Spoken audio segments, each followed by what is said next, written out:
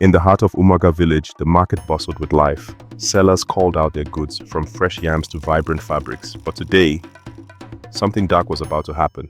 Amaka, a young woman with kind eyes, stood by her small stand selling beads.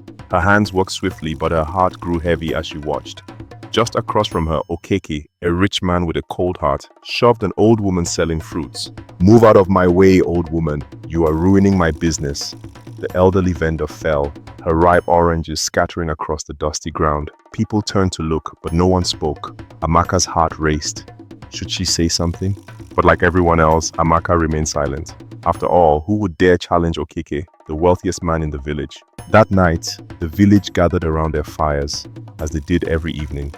Children laughed, elders told stories of their ancestors, and the stars above twinkled like little lanterns. But Amaka couldn't enjoy the evening.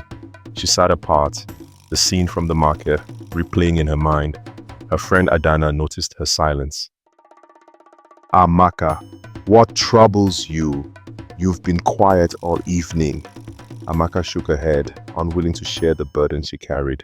"It's nothing," she whispered, though inside she knew it wasn't.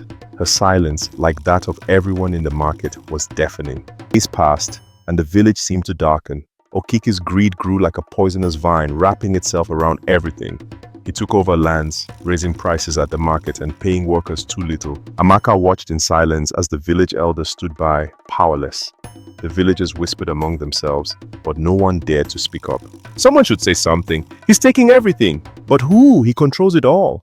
The decay of silence spread through the village like wildfire. Even those who once stood together now turned against each other, fighting over the little that was left. The elders called for a village meeting. The air was thick with tension. Everyone gathered, and Okeke stood tall, confident in his power. As the village chief spoke, Amaka felt her heart pound in her chest. The weight of her silence was too much to bear. "I saw what you did at the market, Okeke. You shoved that poor woman. You took from the people and we said nothing.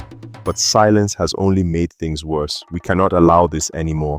Her voice was shaky at first, but it grew stronger as she spoke. The crowd, one by one, began to nod. Then others stood up. "Yes, I saw it too.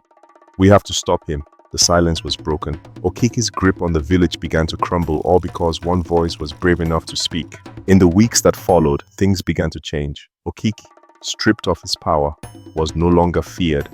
The villagers, united, worked together to rebuild what had been lost. Amaka no longer sat in silence.